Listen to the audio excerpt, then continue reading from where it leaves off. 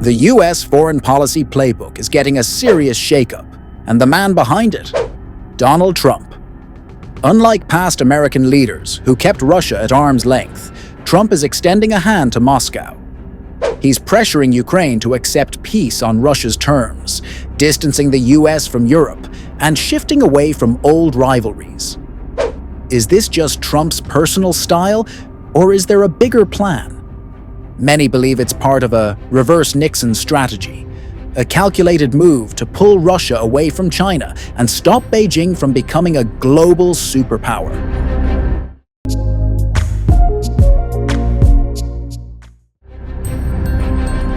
For decades, U.S. foreign policy has been simple. Russia is enemy, Europe is friend. But times have changed. Trump's approach is different. He's focusing on interests, not old rivalries. Instead of treating Russia as a permanent enemy, he sees an opportunity, separating Moscow from Beijing, America's real competitor. It's not the first time America has played this game. Back in 1972, Richard Nixon made peace with China to weaken the Soviet Union. Now Trump seems to be flipping that strategy.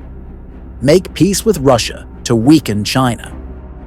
Let's be honest, Russia is not what it used to be. It still has nuclear weapons and a strong military, but its economy, just 2.2 trillion GDP in 2024, is nowhere near America's or China's.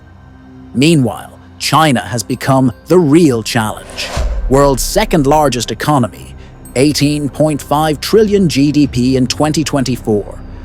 Leader in AI, 5G, and advanced manufacturing, dominates global trade and supply chains. For the U.S., China is the real enemy, not Russia. But right now, China and Russia are allies, helping each other economically and politically. If the U.S. can separate them, it weakens China's global influence.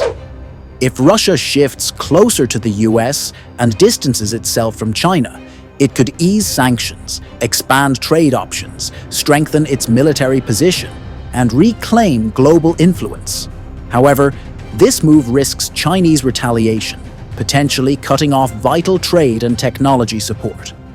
Russia stands at a crossroads between two superpowers, each path with its own challenges.